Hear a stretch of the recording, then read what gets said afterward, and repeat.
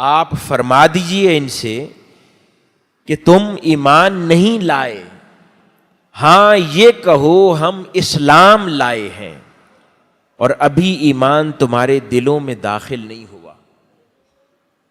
یہ بہت خوبصورت مقام ہے قرآن مجید کا، جس میں اللہ رب العزت نے اسلام اور ایمان میں بڑا بنیادی فرق بیان فرما دیا ہے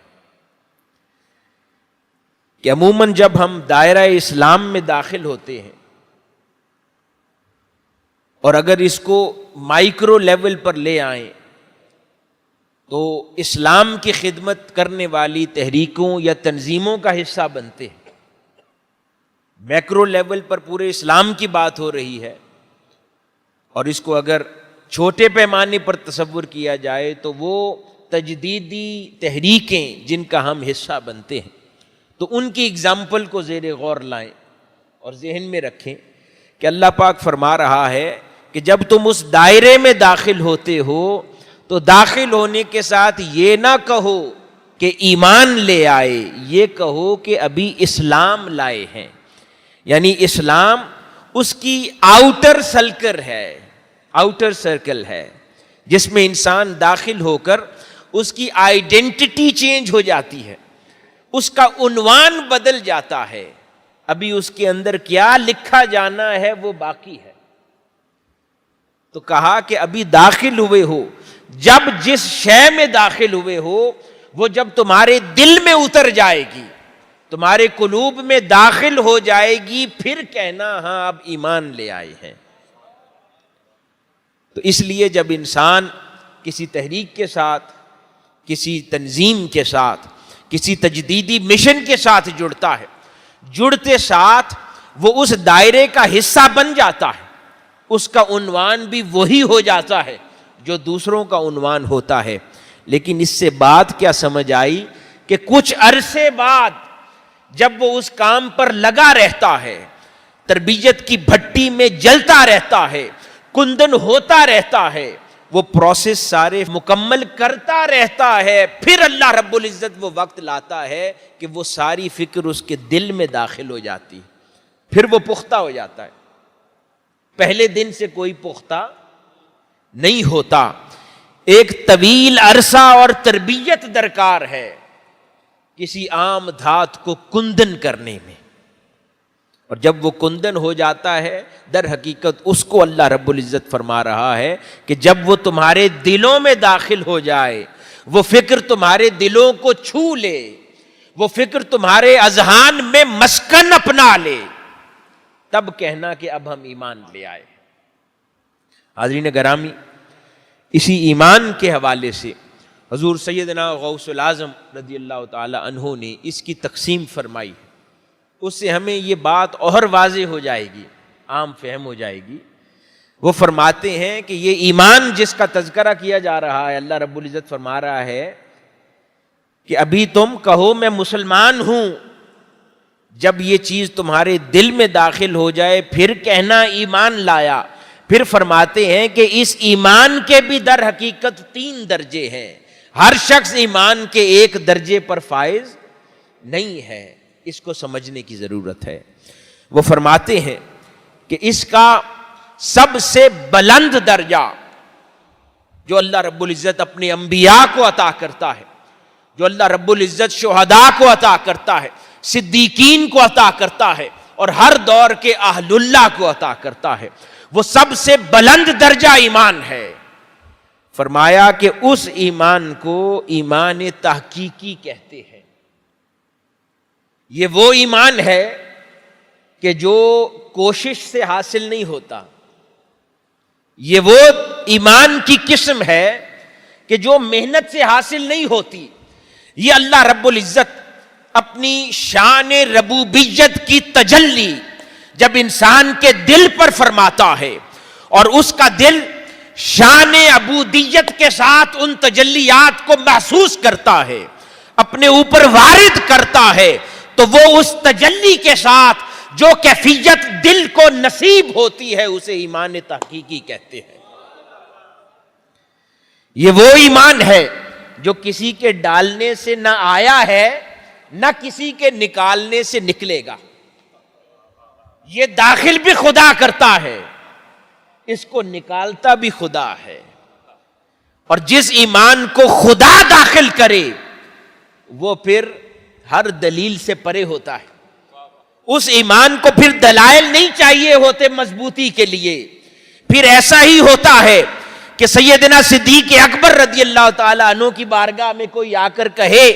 کہ وہ رات کے تھوڑے سے عرصے میں رب کے حضور عرش معلیٰ سے حاضر ہو کر واپس لوٹ آیا ہے، کہ مانو گے؟ کہا نہیں مانوں گا، اور اگر کہوں کہ یہ دعویٰ تمہارے آقا نے کیا ہے، تمہارے مولا نے کیا ہے، فرمانے لگے اگر میرے آقا نے کیا ہے تو حق ہے، پھر میں مانوں گا۔ یعنی ہر لاجک، ہر دلیل سے پرے جو ایمان ہو وہ ایمان تحقیقی ہے۔ اس کو لوگوں کی ضرورت نہ پڑے، اس کو اس شے کی ضرورت نہ پڑے کہ فلاں شخصیت کے ساتھ کتنے لوگ کھڑے ہیں تو فالو کروں گا، اس نے کتنی کتابیں لکھی ہیں تو مانوں گا، اس نے کتنی کرامات دکھائی ہیں تو مانوں گا۔ ایمان تحقیقی یہ ہے کہ سارا جہاں ایک طرف ہو اور جس کے ساتھ ایمان قائم کرنا ہے وہ دوسری جانب کھڑا ہو، تو وہ ایمان چونکہ رب کی تجلی کے ذریعے دل میں داخل ہوا ہے، سارا جہاں مخالف ہو دل پھر اس کی حق کی گواہی دیتا ہے، دل پھر اس کی بات کرتا ہے کہ جس سے ایمان وابستہ ہے۔ اس لیے اس ایمان کو ایمان تحقیقی کہتے ہیں کہ اس کو کسی دلیل کی حاجت نہیں۔ یہ سب سے بلند درجہ ایمان ہے جو اللہ پاک اپنے پیاروں کو عطا کرتا ہے۔ اس درجے ایمان کو حاصل کرنے کی کوشش کرنی ہے۔ یہ درجہ چاہیے یا نہیں چاہیے؟ یہ ایسا ہے کہ پھر اللہ پاک حفاظت عطا کر دیتا ہے، پھر وہ اپنا ایمان بچاتا نہیں پھرتا، پھر لوگوں کے ایمان بچانے کا ذمہ دار بھی ہو جاتا ہے، پھر لوگوں کے ایمان کا محافظ بھی بن جاتا ہے۔ ہم تو اپنا ایمان بچاتے پھرتے ہیں، وہ لوگوں کے ایمان کا محافظ بن جاتا ہے۔ تو ایسا ایمان اور درجہ حاصل کرنے کی کوشش کرنی چاہیے زندگی میں۔ تو حاضرین گرامی، یہ پہلا درجہ وہ فرماتے ہیں ایمان کا ہے۔ اس کے بعد اس سے کم لیکن پھر بھی بہتر دوسرا درجہ ایمان کا وہ فرماتے ہیں، وہ ہے، اور اس درجے کو آپ فرماتے ہیں کہ اس کو ایمان استدلالی کہتے ہیں۔ یہ وہ ایمان ہے جو دلائل کو دیکھنے کی صورت میں دل میں داخل ہوتا ہے۔ اب جب اب ایمان کی بات کر رہے ہیں، یہ ایمان اللہ کی ذات پر بھی ہے، رسول اللہ صلی اللہ علیہ وآلہ وسلم کے لیے بھی ہے، اور جن چیزوں پر اللہ رب العزت نے امور پر ایمان رکھنے کا کہا ہے ان تمام چیزوں پر ہے۔ اور پھر اپنے شیخ کی ذات کے ساتھ بھی ایمان کا رشتہ ہے، اس تحریک کے ساتھ بھی ایمان کا رشتہ ہے کہ جس کے ساتھ ہم جڑے ہیں۔ تو اس میں بھی درجہ تحقیقی ایمان کا ہو جاتا ہے، جس کو اپنے شیخ کے ساتھ ایمان کا درجہ تحقیقی نصیب ہو جائے اس کو پھر فنا فی شیخ کہتے ہیں، کہ یہ شخص شیخ میں فنا ہو گیا، کہ اب جی چیزیں دیکھ کر جڑا تھا، اب اگر وہ چیزیں نظر نہ بھی آئیں اس کو فرق نہیں پڑتا، وہ پھر بھی جڑا رہے گا، وہ پھر بھی کھڑا رہے گا۔ تو وہ ایمان تحقیقی ہے۔ دوسرا درجہ فرمایا ایمان استدلالی ہے۔ یہ وہ ایمان ہے کہ جو دلائل دیکھ کر آتا ہے۔ مثال کے طور پر ہم تحریک کی بات کریں تو کوئی تحریک کے ساتھ وابستہ ہوا، یہ دیکھ کر کے شیخ الاسلام نے 550 کتابیں لکھ دی، یہ ایک دلیل ہے ان کی علمیت کی، ان کی مجددیت کی، ان کی معرفت کی، ان کی علمی مقام کی۔ اس کو مانا تو ساتھ جڑ گئے، ان کا خطاب سنا، ان کا علمی مقام دیکھا تو پھر وہ دلیل سمجھ آئی۔ منہاج القرآن کا کام دیکھا، منہاج القرآن کے اعتکاف میں آئے، اتنے ہزار لوگ جمع ہیں، یہاں خیر پائی، ایک دو اچھے خواب دیکھ لیے، ایک دو اچھے خواب دیکھ لیے تو اس سے وہ دلیل پکڑی، دل کو تسکین ملی، تو دل نے کہا کہ ہاں کچھ ہے یہاں پر۔ تو ان چیزوں کو دیکھ کر جو ایمان اور جو نسبت دل میں داخل ہو اس کو استدلالی کہتے ہیں، کہ انسان نے استدلال کیا اور دلائل دیکھنے کے بعد یہ فیصلہ کیا کہ یہ جگہ درست ہے، یہ شخصیت قابل تقلید ہے، تو وہ دلائل دیکھنے کے بعد اس کو ایمان استدلالی کہتے ہیں۔ پھر دوسرا درجہ نیچے یہ ہے، یہ اس سے تو کم ہے جو تحقیقی ہے، جو خدا داخل کر دے، لیکن باہر صورت بہت سے درجوں میں بہتر ہے کہ کیونکہ آپ دلیل کے ساتھ داخل ہوئے ہیں تو کوئی دلیل ہی ہوگی تو چھوڑیں گے، نہیں تو بے دلیلی کے ساتھ پیچھے انسان نہیں ہٹتا۔ اتنی مضبوط دلیل کا ہونا ضروری ہے جو کسی کو پیچھے ہٹا دے، جتنی مضبوط دلیل نے داخل کیا تھا۔ تو یہ دوسرا درجہ ہے، یہ عموماً صالحین کا درجہ ہوا کرتا ہے، یہ عموماً نیک اللہ کے بندے، درویش، سادہ لوگ، صاف دل والے، صاف اذہان اور افکار والے لوگ اس طرح کے ایمان کے مالک ہوتے ہیں کہ دلیل دیکھی تو پھر دل میں بغض نہ رکھا، پھر جڑ گئے۔ تیسرا درجہ وہ فرماتے ہیں جو سب سے کمزور درجہ ہے ایمان کا، اس کو فرماتے ہیں یہ تقلیدی ایمان ہے۔ کون سا ایمان ہے؟ تقلیدی ایمان۔ یہ وہ درجہ ہے ایمان کا کہ جس کے اندر نہ تو وہ ایمان خدا نے دل میں داخل کیا، نہ اس نے دلائل دیکھ کر ایمان حاصل کیا، یہ وہ ہے کہ جو لوگوں کی بھیڑ چال دیکھ کے کہ سارا جہاں فلاں کو سننے جاتا ہے میں بھی جاتا ہوں، سارا جہاں فلاں کو ووٹ ڈالتا ہے میں بھی ڈالتا ہوں، نہ بلا جانے انسان کی اس کی فکر کیا ہے، اس کا نظریہ کیا ہے، وہ کہتا کیا ہے،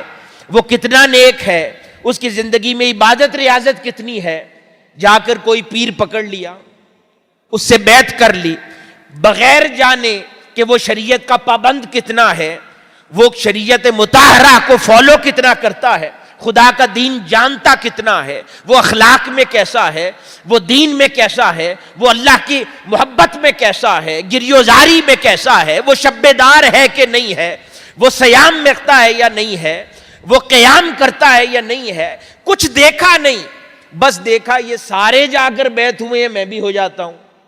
مجھے ایک پیر چاہیے میں بھی بیعت ہو جاتا ہوں، یہ سارا جہاں فلاں پارٹی کو ووٹ ڈالتا ہے میں بھی ڈال آتا ہوں۔ یہ جو بھیڑ چال ہے نا کہ دیکھا دیکھی کرنا، اس کو وہ فرماتے ہیں کہ دیکھا دیکھی کرنا ایمان تقلیدی ہے، اور یہ سب سے کمزور درجہ ایمان ہوا کرتا ہے، یہ سب سے کمزور درجہ ایمان ہوا کرتا ہے۔ اور حضور سیدنا غوث العظم رضی اللہ تعالیٰ عنہ فرماتے ہیں کہ شیطان کا سب سے آسان ٹارگٹ ایمان تقلیدی والے ہوتے ہیں، سب سے پہلے جن کو ایمان چھوڑ کر جاتا ہے وہ یہی تقلیدی ایمان کے مالک ہوتے ہیں، کیونکہ نہ ان کے ایمان کو دلیل میسر ہوتی ہے نہ خدا کی تائید میسر ہوتی ہے۔ ایک ایمان تائید سے داخل ہوا، ایک ایمان دلیل سے داخل ہوا، یہ تھرو تقلید داخل ہوا کہ کچھ جانا سمجھا نہیں، ہم اس گاؤں میں رہتے ہیں، فلاں شخص پیر ہے بیعت کر لو، اچھا انٹرنیٹ کے اوپر وہ فلاں عالم دین بڑی شاندار باتیں کرتا ہے، اس کو سن سن کے عقیدہ بدل لو، یہ ایمان تقلیدی ہے۔ نہ جانا اس کا تعلق کس جماعت سے ہے، نہ جانا اس کے عقائد کیا ہے، نہ جانا تاجدار کائنات صلی اللہ علیہ وآلہ وسلم کے بارے میں عقیدہ کیا رکھتا ہے، ان کی حیات کے بارے میں عقیدہ کیا رکھتا ہے، آپ کے دیگر فضائل کے بارے میں عقیدہ کیا رکھتا ہے، اہل بیت سے محبت رکھتا ہے یا نہیں رکھتا، اہل اللہ کی قدم بوسی کرنے والا ہے نہیں ہے، کچھ نہ جانا، بس اگر کوئی ویڈیو کلپ شیئر ہوا سنا تو دل ادھر دے آئے، اس کو ایمان تقلیدی کہتے ہیں۔ اور بیشتر لوگ اسی طبقے والے ہیں، ایسا ہی ایمان رکھنے والے ہیں جس کی وجہ سے عموماً ہمارا ایمان حملوں کا شکار رہتا ہے، پے در پے حملے ہوتے رہتے ہیں، اور سب سے پہلے جو شے جاتی ہے وہ یہ ایمان جاتا ہے۔ اس لیے حاضرین گرامی، یہ تین درجے حضور سیدنا غوث العظم رضی اللہ تعالیٰ عنہ نے ارشاد فرمائے۔ اب اس میں ہمیں یہ واضح ہو گیا کہ یہ تین طرح کے ایمان ہیں، ہر شخص کے پاس ایک سا ایمان نہیں ہوتا، تو ہر کسی کو اپنے ایمان کے مطابق اپنی حفاظت کرنی ہے، اپنا اہتمام کرنا ہے۔ حضور شیخ الاسلام جو روز فرما رہے ہیں دروس میں، وہ کیا ہے کہ دوسرے کو دیکھ کر محاذ پہ چھلانگ نہ لگا دو، دیکھو کہ خود چراغ لیے گھومتے ہو یا باطن میں سورج جل رہا ہے۔ سورج جل رہا ہے تو اندھیروں کو ختم کر دو گے، اور اگر اپنا چراغ لے کے گھومتے ہو تو کسی بھاری بھرکم کی صحبت میں بیٹھے ہوگے، اپنا ایمان بھی جاتا رہے گا۔ اسی طرح حاضرین گرامی، امام اعظم ابو حنیفہ رضی اللہ تعالی عنہ نے، حضور سیدنا غوث العظم نے یہ 3 درجے بیان فرما دیے ایمان کے۔ اب امام اعظم ابو حنیفہ رضی اللہ تعالی عنہ اس ایمان کی حفاظت کا طریقہ بیان فرماتے ہیں کہ اگر ان 3 درجوں میں سے کوئی درجہ خدا نے نصیب فرما دیا ہے تو اب اس کی حفاظت کرنا تمہاری ذمہ داری ہے، کیونکہ یہ ایمان انسان کے سینے میں اس چراغ کی مانند ہے کہ جو جل تو جاتا ہے لیکن پھر شیطان کے وساوس، نفس کی تکلیفیں، نفس کے حملے، پھر دنیا کے حملے، ارد گرد ماحول کے حملے، صبح و شام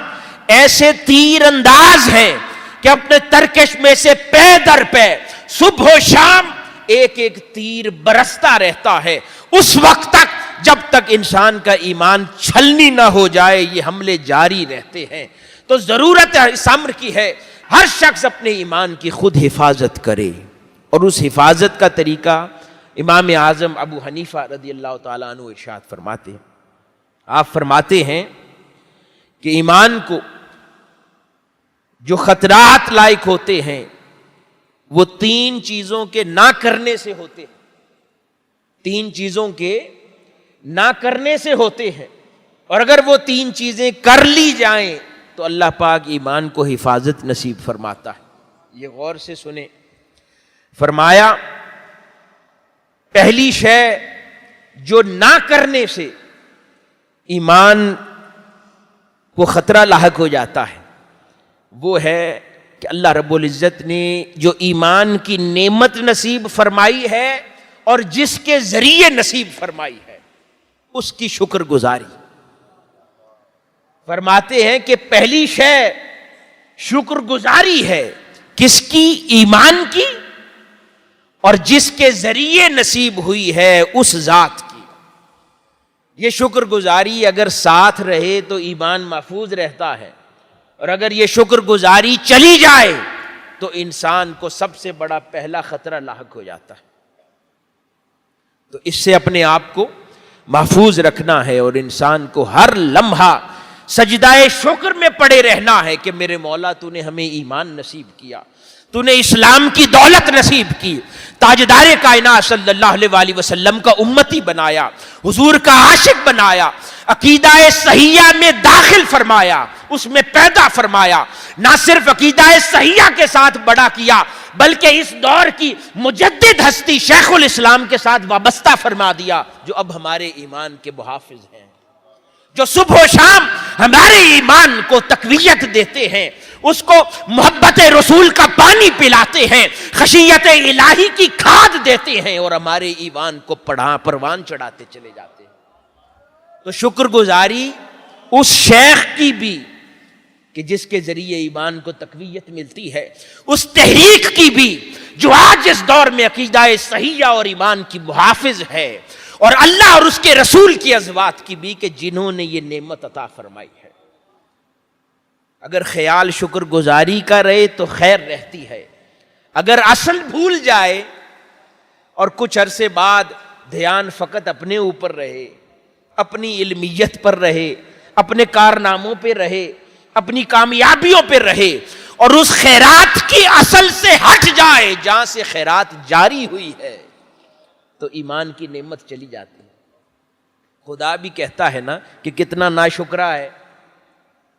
فلاں کے ذریعے اس کو میں نے یہ کتنی بڑی ہدایت کی نعمت دی، یہ اس کا انکار کرتا ہے تو یہ کل میرا بھی انکار کرے گا، وہ خدا نعمت اس سے لے لیتا ہے۔ وہ ناشکروں کو اپنی نعمت نہیں دیتا. تو فرمایا کہ شکر گزار رہو، ہر لمحہ شکر گزار رہو، اصل کی طرف دھیان رہے کہ جہاں سے یہ خیرات ملی ہے. دوسری شے فرمائی آپ نے فرائض کی ادائیگی، جو حضور شیخ الاسلام بھی رات فرما رہے تھے کہ فرائض میں کوتاہی نہیں ہونی چاہیے. اللہ رب العزت جو فرائض ہم پر رکھے ہیں، نماز، روزہ، حج، زکوٰۃ، دیگر شریعت کی روح سے جو فرائض ہمیں بتائے گئے ہیں ان کی بجا آوری، ان میں اگر انسان کوتاہی کرنا شروع کر دے، ڈھیلا پڑ جائے، آہستہ آہستہ ان میں سستی واقع ہونے لگ جائے، تو اللہ رب العزت ایمان کو کمزور کر دیتا ہے. تو فرمایا دوسرا بڑا حملہ اور خطرہ جو ایمان کو لاحق ہو سکتا ہے، وہ خطرہ اور وہ حملہ فرمایا فرائض کی ادائیگی نہ کرنا ہے، کہ جو اللہ اور اس کے رسول نے ہم پر فرض مقرر فرمائے ہیں ان سے روگردانی کرنا، ان میں سستی کرنا بھی ایمان کو لے لیتا ہے. اور تیسری شے بڑی خوبصورت فرمائی، آپ فرماتے ہیں کہ اللہ کی مخلوق کے ساتھ اور بالخصوص وہ لوگ جو تمہارے زیر سایہ ہیں،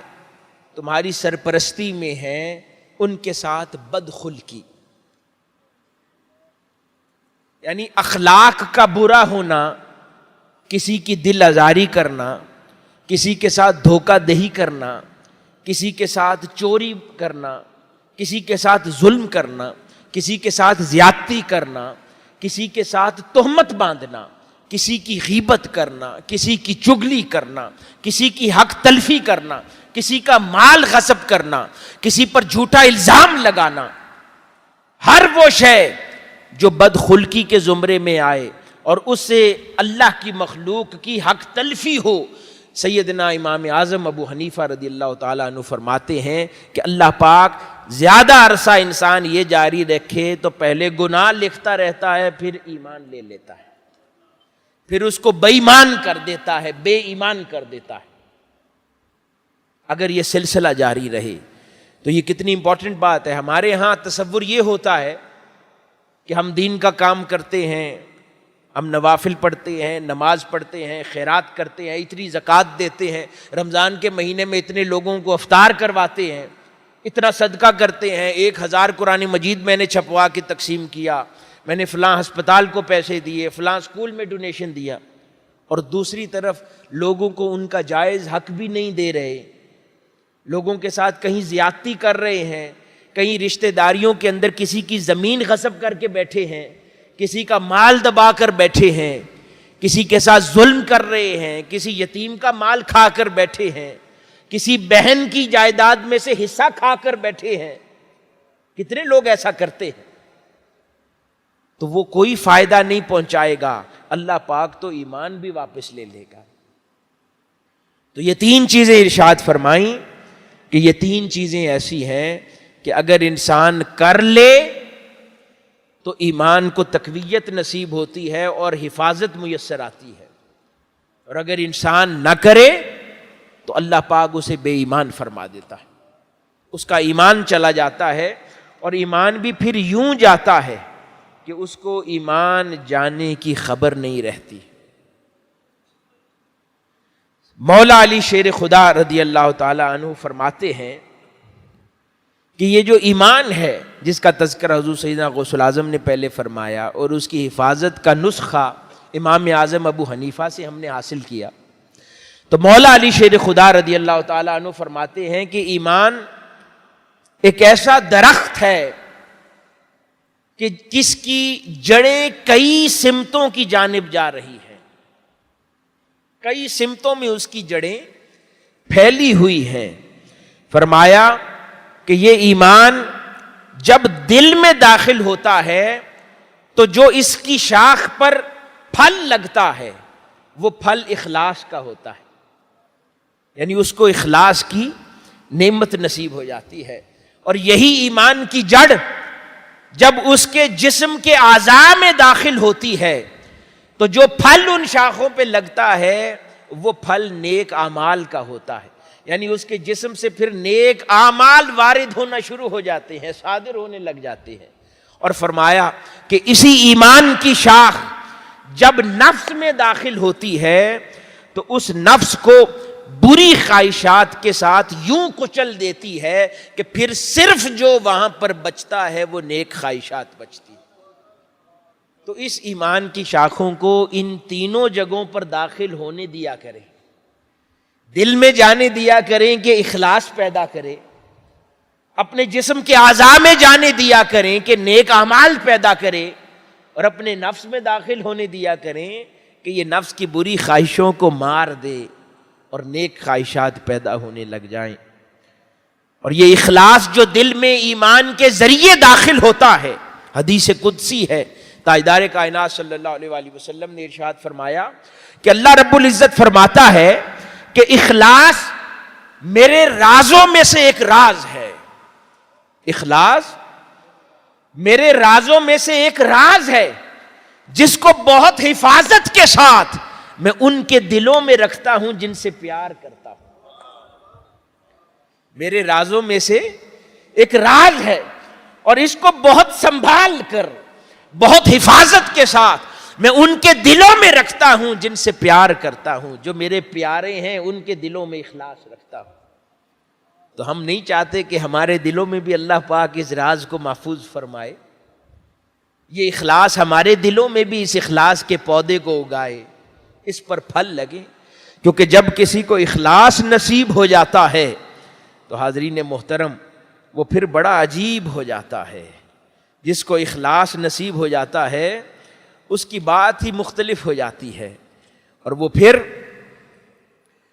ہر شے صرف اللہ کی خاطر کرتا ہے، پھر اس کا کام گدلا نہیں رہتا، اس کا کام میلا نہیں رہتا، اس کے کام کا ٹارگٹ پھر ایک تیر سے دو شکار نہیں ہوتے، ایک چیز سے ایک ہی شکار کرنا مقصود ہوتا ہے اور وہ شکار خود ہوتا ہے، یکسوئی ہوتی ہے ہر کام میں۔ وہ پھر مخلوق اور خدا کو کام میں جمع نہیں کرتا، اپنے دل میں مخلوق اور خدا کی محبت جمع نہیں کرتا۔ وہ خیرات بھی دیتا ہے تو اس میں للہیت ہوتی ہے، اس میں شہرت کا سودا نہیں ہوتا۔ وہ جہاد میں جان بھی دیتا ہے تو اس میں مشہوری مقصود نہیں ہوتی، خدا کی رضا اور خون کا پہلا قطرہ گرنے سے پہلے اس کا دیدار مقصود ہوتا ہے جب وہ جان دیتا ہے۔ تو اخلاص انسان سے یہ مار کے کرواتا ہے، تو اس اخلاص کو فرمایا یہ ایمان کے ذریعے دل میں داخل ہوتا ہے۔ جب ہم کاموں میں وجوہات دو دو بنا لیں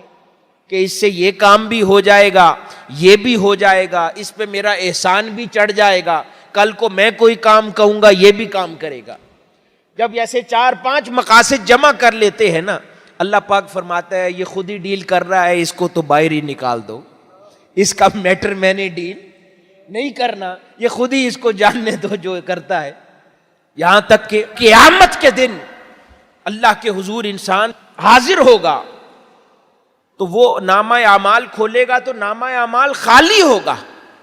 وہ اللہ کے حضور سوال کرے گا، مولا میں نے تو یہ بھی نیک کام کیا تھا، میں نے یہ بھی کیا تھا، میں نے خیرات بھی کی تھی، میں نے جہاد بھی کیا تھا، میں نے تیرے دین کی خدمت بھی کی تھی، میں خطاب بھی کرتا تھا، میں منہاج القرآن کے ورکر بھی بناتا تھا، میں مال خرچ بھی کرتا تھا، میں نے کیا کچھ نہیں کیا، وہ سب کہاں ہے؟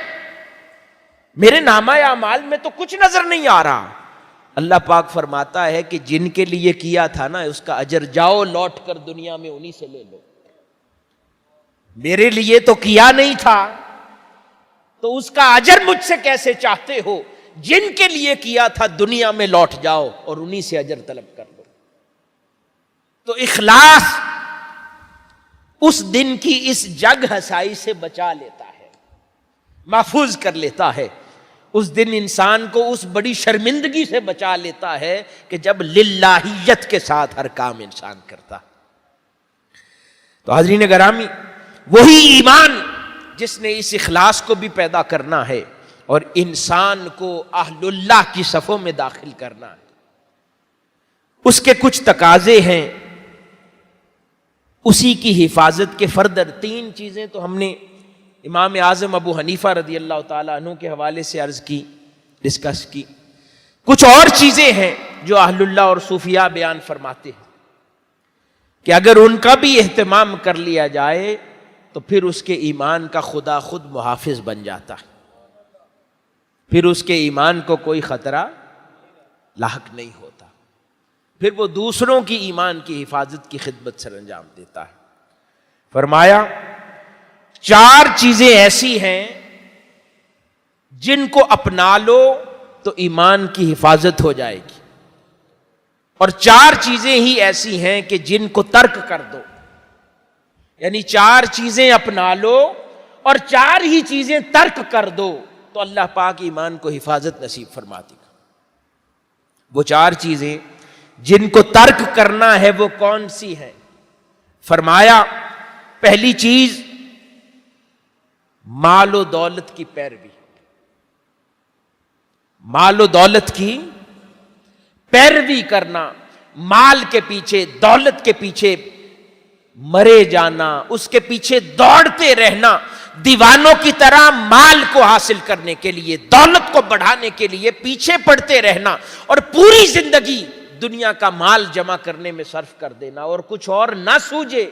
صرف مال کے حصول کے لیے لڑتے مرتے رہنا۔ فرمایا ایک تو اس کو چھوڑ دو، کیونکہ یہ سب سے بڑی رکاوٹ ہے ایمان کے دوام کی راہ میں، کہ ایمان مستقل ہو جائے دل میں، اس کی راہ میں سب سے بڑی رکاوٹ۔ پھر دوسری شے، ہمارے اندر یہ مسئلہ بھی بہت ہے، ہم دنیا میں مال کی طلب میں بہت زیادہ رہتے ہیں۔ دوسری شے فرمایا منصب و شہرت کی پیروی چھوڑ دے، منصب و شہرت کی پیروی چھوڑ دے، یعنی دل میں یہ خیال رہے کہ میں نے فلاں عہدے پر بیٹھنا ہے، میں نے اتنی شہرت کرنی ہے، مجھے بھی 4 لوگ جانیں، 4 لوگ پہچانیں، میرے لوگ ہاتھ چومیں، میرے نعرے لگائیں، میری واہ واہ ہو، میرے ساتھ چلنے والے ہوں، یعنی شہرت ہو، میں جاؤں تو سٹیج پر بٹھایا جائے، شہرت، میرا تذکرہ ہو، میری مشہوری ہو۔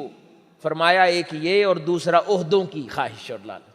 یہ بھی سب سے بڑی رکاوٹ ہے ایمان کے راستے میں، جس ایمان نے ولایت پر فائز کرنا ہے، مقام ولایت پر فائز کرنا ہے، تو فرمایا منصب اور شہرت کی لالچ بھی چھوڑ دے۔ ایک کہا کہ مال کی پیروی چھوڑ دے، جتنا حصہ تیرے نصیب میں خدا نے لکھا ہے وہ تو تھوڑی محنت کرے گا بھی تو مل جائے گا،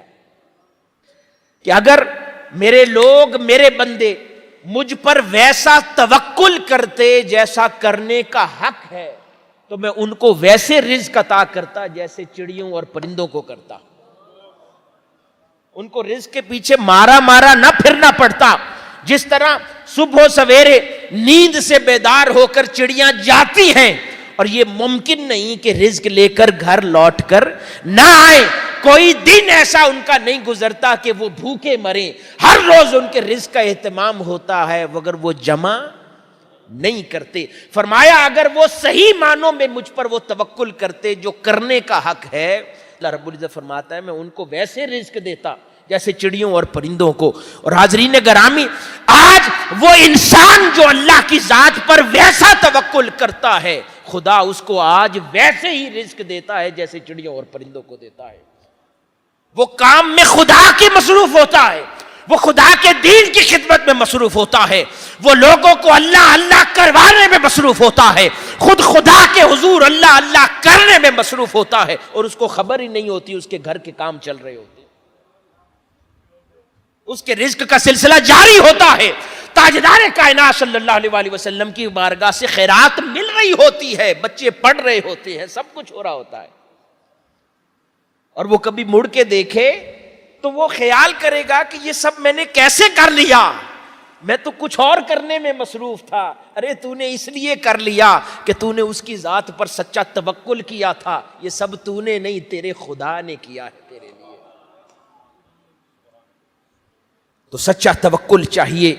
تو فرمایا مال و دولت کی پیروی چھوڑ دے، اتنی ضرورت جتنی ہو اتنی محنت کر۔ دوسرا فرمایا کہ منصب اور شہرت کی لالچ چھوڑ دے۔ امام غزالی رضی اللہ تعالیٰ عنہ ارشاد فرماتے ہیں کہ یعنی صوفیاء کے ہاں تو یہاں تک کہا جاتا تھا، غور کریں کتنی پیاری بات ہے، کہ صوفیاء کے ہاں ہم کہتے ہیں نا کہ فلاں شخص 40 دن کی خلوت بیٹھ گیا، فلاں شخص 40 دن کی خلوت بیٹھ گیا، اور اس خلوت کے نتیجے میں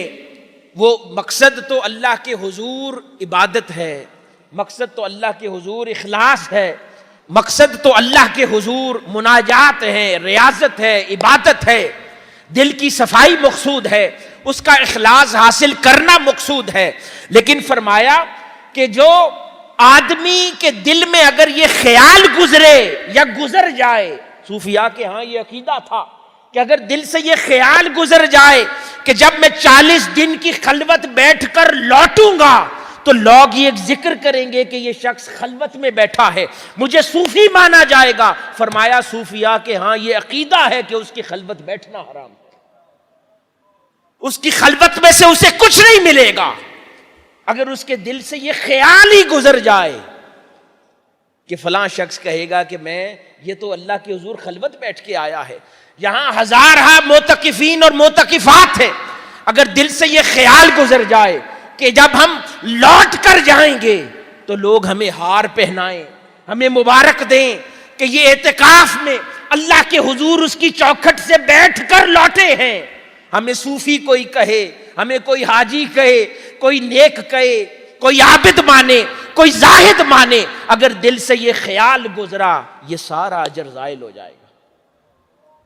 اگر اس نیت سے آ کر اعتکاف میں بیٹھتے ہیں تو یہ اجر زائل ہو جائے گا۔ کئی بار لوگ بڑے شوق و ذوق سے محافل سجاتے ہیں، محفل میلاد کرواتے ہیں، نعت خوانی کرواتے ہیں، خیرات کرتے ہیں، اور افطار کروانے میں فخر محسوس کرتے ہیں کہ اہل علاقہ کہیں کہ سب سے بڑا افطار اس کے گھر کے باہر ہوتا ہے۔ خدا کی عزت کی قسم، رائی کے دانے کے برابر اجر نہیں بچے گا نامہ اعمال میں اگر دل میں یہ خیالات رہیں۔ اور یہی حالت منصب کی ہے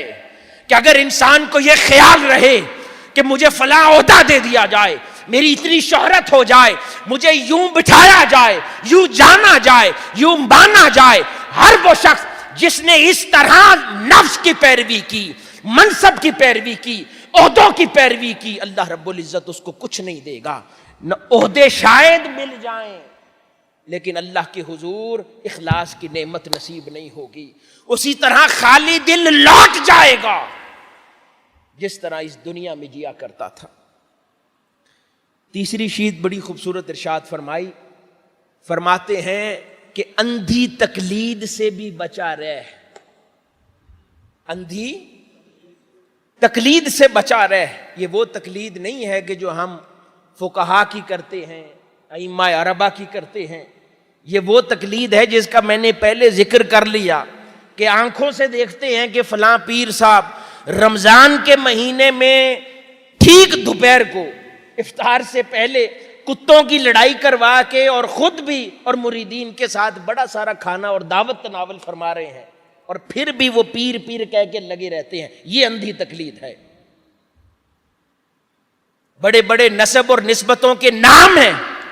آنکھوں سے دیکھتے ہیں کہ پیر بے نمازی ہے، شریعت کا پابند نہیں ہے، اس کے اندر اس کے بزرگوں کی روح داخل نہیں ہوئی، پھر بھی ہم گھبراتے ہیں کہ نہ جانے کیا ہو جائے، کیا ہو جائے۔ جو خدا اور مصطفیٰ کا ماننے والا نہیں، جو ان کی تعلیمات کا پیروکار نہیں ہے، وہ تمہارا کیا بگاڑ سکتا ہے؟ اللہ اور اس کے رسول کی نسبت نے جس کا کچھ نہیں بگاڑا، وہ تمہارا کیا بگاڑ سکتا ہے؟ کیا پتا جن نسبوں کا وہ پیر دعوے دار ہے وہ بزرگ ہی ان کو اپنی اولاد سے خارج کر چکے ہوں، ان کے پیروکار نہیں۔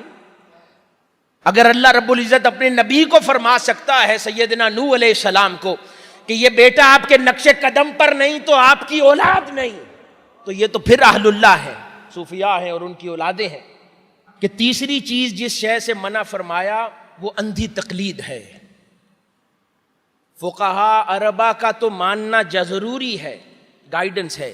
لیکن میں نے کہا کہ غلط آدمی کو دیکھ کر کہ نہ وہ شریعت کا پابند ہے، وہ نہ اللہ رسول کی اتباع کرنے والا ہے، اور پھر بھی پیر بنا بیٹھا ہے، اور کیونکہ وہ ہمارا پیر ہے اس وجہ سے ہم اس کے خلاف بات نہیں کر سکتے. اس کو دیکھتے ہیں وہ نماز نہیں پڑھتا پھر بھی پیر ہے، وہ دیکھتے ہیں کہ وہ شریعت کا پابند نہیں ہے پھر بھی پیر ہے، کیونکہ اس کے ساتھ بڑا نسب لگا ہوا ہے، اس کے ساتھ بڑے خاندان کا نام لگا ہوا ہے، اس کے ساتھ کسی اللہ والے کا نام لگا ہوا ہے. حضور سیدنا غوث الاعظم رضی اللہ تعالیٰ عنہ خود فرما رہے ہیں، حضور سیدنا غوث الاعظم رضی اللہ تعالیٰ عنہ خود فرما رہے ہیں کہ میں کہتا ہوں ایسی تقلید سے باز آ، ایسی اندھی تقلید سے باز رہ. فرمایا اگر تو ایسی اندھی تقلید کرے گا، یہ میں چار چیزیں کون سی گنوا رہا ہوں جو ایمان کے لیے خطرہ ہے، اور یہ فرمایا کہ اندھی تقلید بھی تمہارے ایمان کے لیے خطرہ ہے، کیونکہ جس پیر کو مانو گے، جس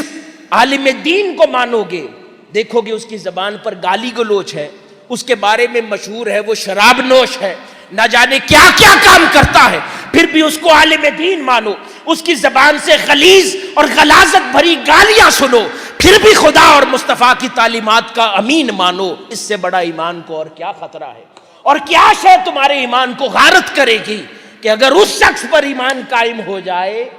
کہ جو شخص اللہ اور اس کے رسول کی تعلیمات کا نمائندہ نہیں ہے. کوئی شاطر ہو، کوئی فساد انگیزی کرنے والا ہو، کوئی قتل و غارت ببا کرنے والا ہو، اسلام قرآن اور ناموس رسالت پر لوگوں کی جانیں لینے والا ہو، قرآن کے نام پر قتل و غارت کرنے والا ہو، انسانوں کا جینا دوبر کرنے والا ہو، اور پھر بھی تم اس کو اسلام کا نمائندہ سمجھ کر اس کی پیروی شروع کر دو، تو اس سے بڑا ایمان کو کیا خطرہ ہے. اسی اندھی تقلید کی طرف اشارہ حضور سیدنا غوث الاعظم رضی اللہ تعالیٰ عنہ فرما رہے ہیں. اور چوتھی چیز فرمائی کہ کسی کی گناہ کے کام میں کبھی فرما برداری نہ کرو، کیونکہ ایسا تو کوئی کام ہے نہیں کہ تمہارا دل اس کے بارے میں بتائے نہ کہ یہ گناہ ہے کہ نہیں. کیونکہ اگر کوئی بھی خبر انسان کو نہ ملے، اللہ پاک نے اس کے اندر ایک ایسا لوتھڑا دل ضرور رکھا ہے جو اسے خبر دے دیتا ہے. اس میں ضمیر ہے جو بتا دیتا ہے کہ مجھے کوئی دلیل تو نہیں ملی پر کام غلط ہے. دل بتاتا ہے نا، تو اس دل کی سنو اور اس غلط کام اور گناہ کے کام اور نافرمانی کے کام سے بچے رہو. یہ چار چیزیں فرمایا کہ ان سے یوں بچے رہو تاکہ اللہ پاک تمہارے ایمان کی حفاظت فرمائے.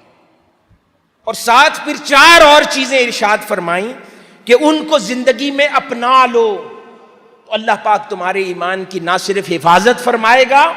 بلکہ تم کو اللہ رب العزت اپنی معرفت میں اونچا مقام عطا فرمائے گا، اپنی دوستی میں اونچا مقام عطا فرمائے گا، انسانوں میں تم کو بلند کر دے گا، اپنے قریب کر لے گا، اپنا عارف بنا دے گا، اپنا عاشق بنا دے گا. حاضرین گرامی، وہ چار چیزیں کیا ہیں؟ جس میں سے پہلی چیز فرمایا کہ اپنی زندگی میں خاموشی اختیار کر لو. ساتھ ساتھ کہتے جائیں، کیا فرمایا؟ خاموشی اختیار کر لو، دل کی زبان سے کہیں تاکہ دل مان لے، دل مانے. پھر یہ بات خاموشی اختیار کر لو، اس کی تفصیل پر میں عرض کرتا ہوں. دوسری چیز فرمایا بھوک کو پسند کرو، بھوک کو پسند کرو. تیسری شے فرمایا شب بیداری کرو، رات کو جاگنا سیکھو. اور چوتھی شے فرمایا خلوت کو اپنے لیے قبول کرو، خلوت کو اپنے لیے پسند کرو. حاضرین گرامی، چلیں پہلے بھوک پر بات کرتے ہیں. بھوک سے مراد یہ نہیں ہے، ایک تو فرماتے ہیں نا کہ کھانے کی کوانٹٹی ہے، اور بھوک سے مراد فقط یہ نہیں ہے کہ کھانا کم کھائیں. وہ تو بڑے بڑے مالدار اور جن کی گردنوں میں خوب سریا ہوتا ہے، اللہ اور اس کے رسول کے نافرمان، وہ بھی ڈائٹنگ کرتے ہیں، وہ بھی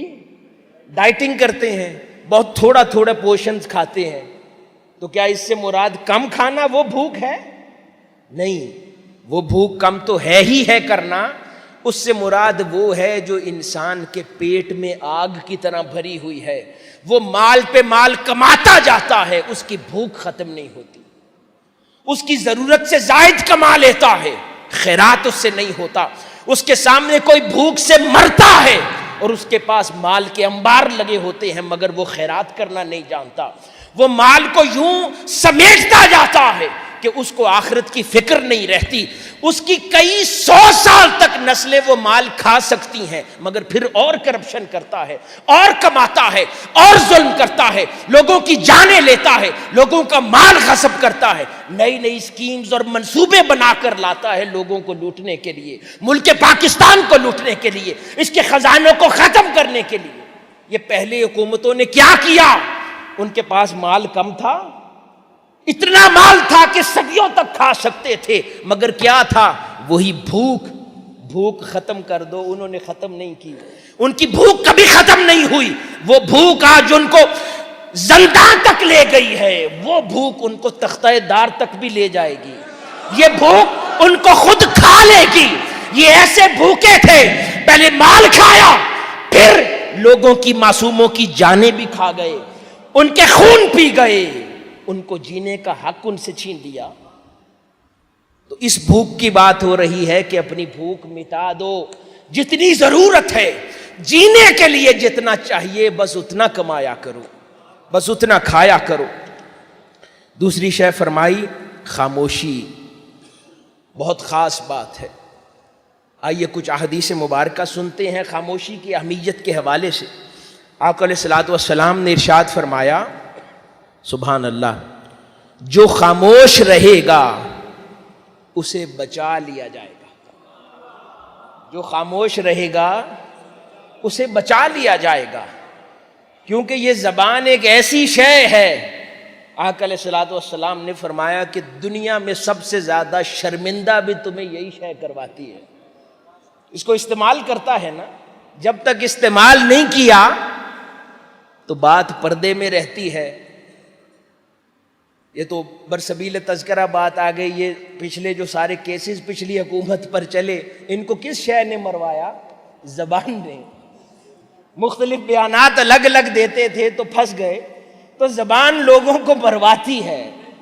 تو فرمایا کہ اسے کم استعمال کیا کرو. جس نے زبان کم استعمال کی اسے بچا لیا جائے گا.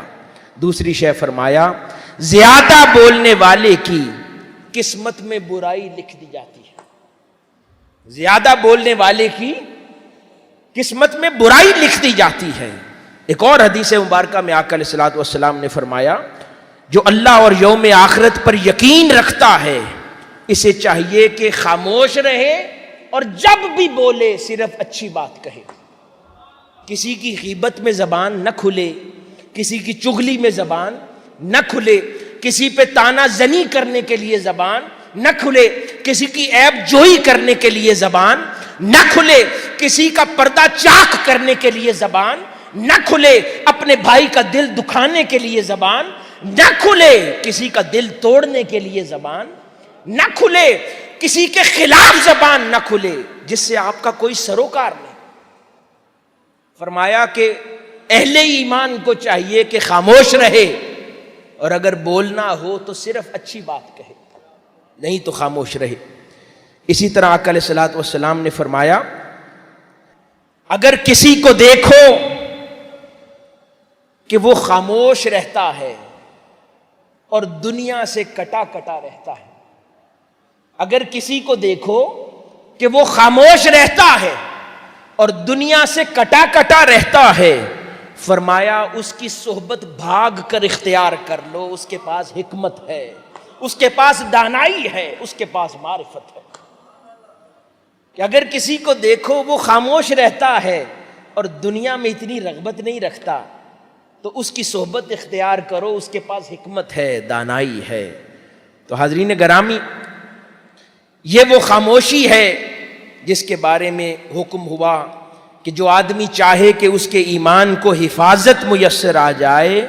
تو وہ آدمی خاموشی اختیار کر لے. اسی طرح آگے ارشاد فرمایا کہ انسان شب بیدار ہو جائے، راتوں کو جاگنے والا ہو جائے، کیونکہ جو سویا ہوا ہے اللہ رب العزت روز رات کو آسمان دنیا پر اور پھر دنیا پر نگاہ ڈالتا ہے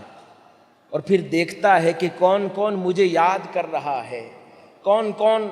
اپنے بستروں سے پہلوؤں سے جدا ہو کر میری یاد میں اب قیام میں کھڑا ہے؟ کون اب میرے حضور سجدہ ریز ہے؟ کون میرے حضور رکوع کرتا ہے؟ کون اب میری تلاوت کر رہا ہے؟ کون مجھے یاد کر رہا ہے؟ وہ ہر روز دیکھتا ہے، ہر روز دیکھتا ہے۔ پھر کئی بار جب کوئی اس کو بہت بار نظر آتا ہے تو اگلے دن جب دوبارہ آسمان دنیا پر آتا ہے، وہ نہ اٹھا ہو تو پھر اس کا انتظار کرتا ہے کہ پچھلا اتنا عرصہ اس کو دیکھتا تھا، روز کھڑا تھا، کیا بنا اس کا؟ پھر ایسے اپنے بندے کو اٹھانے کے لیے فرشتے بھی بھیج دیتا ہے کہ اتنے دن اہتمام کرتا رہا ہے، کہیں بھول نہ گیا ہو، کہیں بیمار نہ ہو، آج اس کا ناغہ نہ لکھا جائے۔ وہ فرشتہ بھیج دیتا ہے، جا اٹھا کے لا۔ وہ ایک بچہ تھا نا، یہودی بچہ، تاجدار کائنات صلی اللہ علیہ وآلہ وسلم کی خدمت کرتا تھا۔ قربان جائیں حضور کی امن پسندی پر ہم نے دین کی کیا تعریف بنا دی ہے کہ کوئی آپ کے پاس آ جائے، پہلے کہتے ہیں کلمہ پڑھو، داڑھی رکھو، اس کے بعد بات چلے گی، داڑھی نہیں رکھتے تو اٹھ کے بھاگ جاؤ۔ اور وہ یہودی بچہ سال ہا سال تاجدار کائنات صلی اللہ علیہ وآلہ وسلم کی خدمت کرتا تھا۔ اور خدمت بھی کیا کرتا تھا کہ آقا علیہ الصلوۃ والسلام جب مسجد نبوی میں داخل ہوتے تو حضور کے نالین مبارک سنبھال لیتا تھا، اور جب حضور مسجد نبوی سے باہر تشریف لاتے تو پھر آپ کو نالین مبارک پیش کر دیتا تھا۔ کتنی پیاری، قربان جائیں اے یہودی بچے تیرے نصیب پر، تیرے نصیب پر کہ کتنی پیاری خدمت تو نے چن رکھی تھی اپنے لیے کہ وہ نالین مبارک پیش کرتا تھا۔ سال آ سال وہ خدمت میں رہا، حضور نے ایک بار نہیں فرمایا مسلمان ہو جاؤ، لیکن روز نظر آتا تھا نا حضور کو، کبھی نالین اتارتے، کبھی نالین مبارک پہناتے، حضور کی نگاہوں میں بس گیا تھا۔ اب حضور بھی اس کا انتظار فرماتے ہوں گے کہ یہی بچہ یہ خدمت کرتا ہے۔ تو ایک روز وہ نظر نہ آیا، 2-3 روز ہو گئے تو آقا علیہ الصلوۃ والسلام منتظر ہوئے۔ صحابہ کرام سے پوچھا وہ بچہ روز آ کر یہ نالین اتارتا ہے اور خدمت کرتا ہے، وہ کہاں ہے؟ فرمایا حضور وہ تو بیمار پڑا ہے۔ فرمایا چلو اس کے گھر چلو، اس کی خیر خیریت پوچھنے تشریف لے آئے اور اس کے سرانے بیٹھ گئے۔ وہ موت کے قریب تھا بچہ، اس وقت جب دیکھا کہ اب اس کا وقت آ گیا ہے، قربان جائیں حضور کی شفقت پر، اس وقت اتنے سال نہیں فرمایا، مرتے وقت جب بیٹھا تو اس بچے کو کہا، یہودی بچے کو، کہ میرا کلمہ پڑھ لے۔ یعنی اس کو اب تحفہ دے رہے ہیں جانے کا کہ کہیں اس کے بغیر نہ چلا جائے، میری اتنی خدمت کی ہے۔ اس بچے نے اپنے باپ کو دیکھا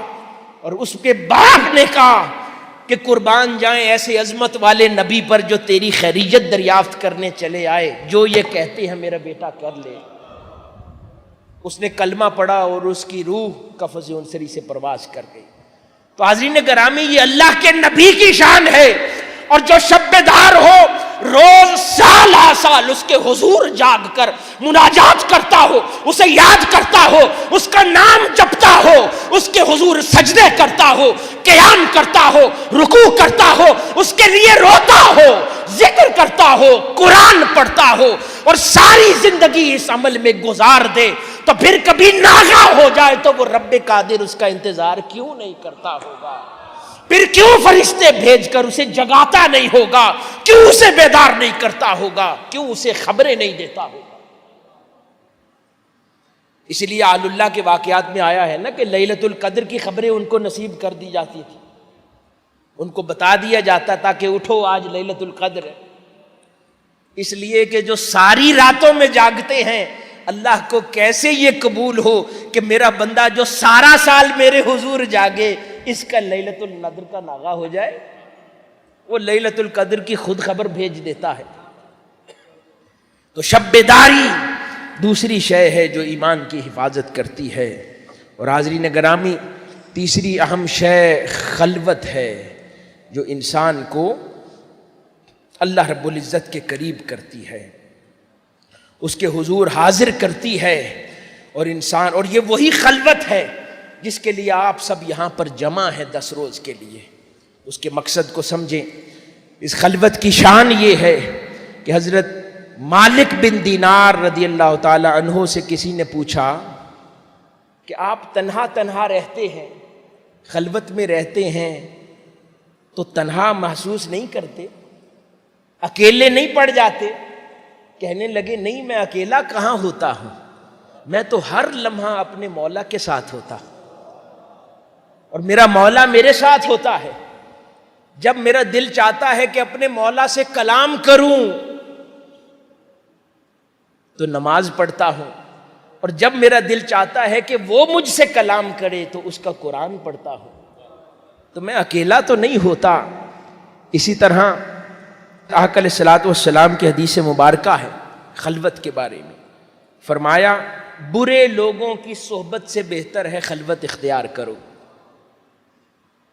وہ کمپنی جہاں بری باتیں ہوں، دنیا کا تذکرہ ہو، آپ کے دل میں بھی لالچ آئے کچھ کرپشن کرنے کی، آپ کے دل میں بھی لالچ آئے کچھ پیسہ زیادہ کمانے کی، کسی کے ساتھ زیادتی کرنے کی، کسی کے ساتھ ظلم کرنے کی، کوئی برا خیال جو گناہ کی طرف اکسائے، اللہ اور اس کے رسول کی نافرمانی کی طرف اکسائے، فرمایا اس بری صحبت سے بہتر ہے اکیلا تنہا رہا کر، خلوت اختیار کیا کر، دل کی خلوت اور جسم کی خلوت میں رہا کر، تاکہ نہ بری باتیں تیرے کان میں پڑیں، نہ تیرا دل متاثر ہو، نہ تو اللہ اور اس کے رسول صلی اللہ علیہ وآلہ وسلم کا نافرمان ہو۔ اسی طرح ایک اور موقع پر ارشاد فرمایا کہ انسان کے ساتھ ویسا ہی تعلق رکھا کر جیسا تو آگ کے ساتھ رکھتا ہے۔ بہت خوبصورت بات فرمایا، انسان کے ساتھ ویسا ہی تعلق رکھ جیسا تو آگ کے ساتھ رکھتا ہے۔ پوچھا کہ آگ کے ساتھ کیسا تعلق رکھتے ہیں؟ کہا آگ کی دو خصوصیات ہیں، یہ تجھے کھانا پکا کے بھی دیتی ہے، یعنی تیرا بھلا بھی کرتی ہے، اور تجھے جلا بھی سکتی ہے، تو بس اس سے اتنی دوستی رکھ کہ جتنا تیرا بھلا ہو جائے، اس سے زیادہ دوستی میں آگے نہ بڑھنا کہ تجھے جلا کر راکھ کر دے۔ تو صحبت اتنی رکھ جتنا جینے کے لیے ضروری ہے، کمپنی اتنی رکھ، اس دنیا سے دوستی اتنی بنا جتنا جینے کے لیے چاہیے، اس سے زیادہ اس میں مبتلا ہوا تو یہ دنیا جلا کر راکھ کر دے گی، یہ دنیا تجھے اپنے اندر یوں دھکیل لے گی کہ تو اس سے پھر نکل نہیں پائے گا۔ اور حضرت فضیل بن عیاض رضی اللہ تعالی عنہ نے بڑی خوبصورت بات ارشاد فرمائی، فرماتے ہیں کہ اگر تو اللہ کے حضور کامیاب ہونا چاہتا ہے، بڑی پیاری بات، اے بندے اگر تو اللہ کے حضور کامیاب ہونا چاہتا ہے تو پھر کسی اللہ کے حضور کامیاب کو اپنا رول ماڈل بنا لے۔ بہت پیاری بات فرمائی۔ یہ تو دنیا کا بھی قانون ہے نا، کہ دنیا میں اگر آپ سپورٹس مین ہیں، آپ ایکٹر ہیں، آپ کاروباری ہیں، تو اپنی زندگی میں ایک آپ رول ماڈل بناتے ہیں، کسی کو بڑا مانتے ہیں اپنی انڈسٹری کا، اور پھر اس کو فالو کرتے ہیں۔ کسی کے ذہن میں سوال آتا ہے نا کہ ہر کوئی اللہ کے قریب ہے، ہمیں رول ماڈل کی کیا ضرورت ہے، ہمیں شیخ اپنانے کی کیا ضرورت ہے، ہمیں کسی کو قائد ماننے کی کیا ضرورت ہے؟ حاضرین گرامی، اگر دنیا کے نظام میں جس انڈسٹری میں کامیابی حاصل کرنا چاہتے ہو، کسی کو بڑا مانتے ہو، اس کو پڑھتے ہو، اس کے بارے میں پڑھتے ہو،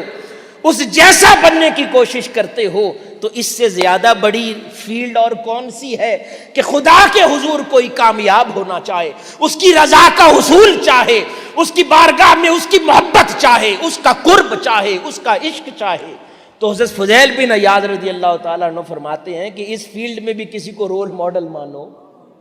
کسی کو شیخ مانو، کسی کو استاد مانو، کسی کو بڑا مانو، پھر ویسے کرو جیسے وہ کرتا ہے، اللہ پاک تمہیں بھی اس راہ پہ کامیاب کر دے گا، اس راہ پر تمہیں بھی عظمتیں عطا فرما دے گا۔ یہاں پر 10 راتوں کے لیے جمع ہیں، یہ ایک ایسی فرصت ہے کہ اب کوئی دنیا کا کام نہیں ہے، کوئی گورکھ دھندا نہیں ہے، کوئی پریشانی نہیں ہے، کوئی کاروبار کی بات نہیں ہے، کچھ نہیں ہے، سکون ہے، فرصت ہے، تو اپنے دھیان کو کاملاً اللہ اور اس کے رسول کے حضور میں رکھا کریں صلی اللہ علیہ وسلم۔ اور یہ 8 چیزیں، مال کی پیروی نہ کرنا، جاہ و منصب اور شہرت کی پیروی نہ کرنا، گناہ میں کسی کی فرما برداری نہ کرنا اور کسی کی اندھی تقلید نہ کرنا، انکریٹیکل فالوئنگ نہ کرنا،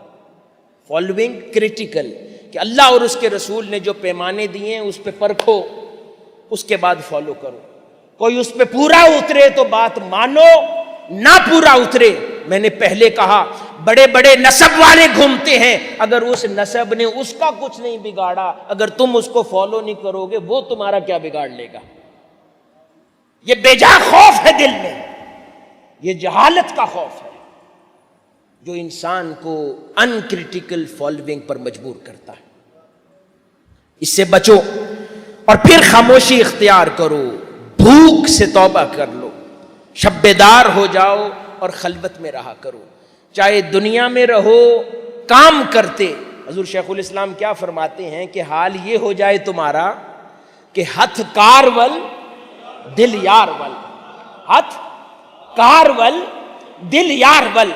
ہاتھ تمہارا کام میں مصروف ہو، کاروبار کر رہے ہو، ملازمت کر رہے ہو، لیکن دل اللہ کے حضور رہے، اپنے خیالوں میں اس کے حضور مست رہو، ہر کام کرتے کرتے دھیان آ جائے کہ میرا مولا کو پسند ہے یا نہیں ہے۔ کسی سے رشوت پکڑنے لگے ہو تو دل دہل جائے کہ میرے مولا کو یہ پسند ہے یا نہیں ہے۔ کسی کے ساتھ زیادتی کرنے لگے ہو، کسی کی حق تلفی کرنے لگے ہو تو دل دہل جائے کہ میرے مولا کو یہ پسند ہے یا نہیں ہے۔ تو حاضرین گرامی، یہ 10 دن کا ٹریننگ کیمپ ہے کہ اپنے آپ کو ریچارج کرنا ہے، اپنے آپ کو ریفریش کرنا ہے، تر و تازہ کرنا ہے، اللہ اور اس کے رسول کی بارگاہ میں حاضر کرنا ہے۔ اللہ پاک ہمارا حامی و ناصر ہو، ہمارے حال پر لطف و کرم فرمائے، اور جو باتیں ہم نے کی ہیں اللہ پاک تا عمر ہمیں ان پر کامیاب اور کامران رہنے کی توفیق عطا فرمائے۔ والسلام وما علینا الا البلاغ۔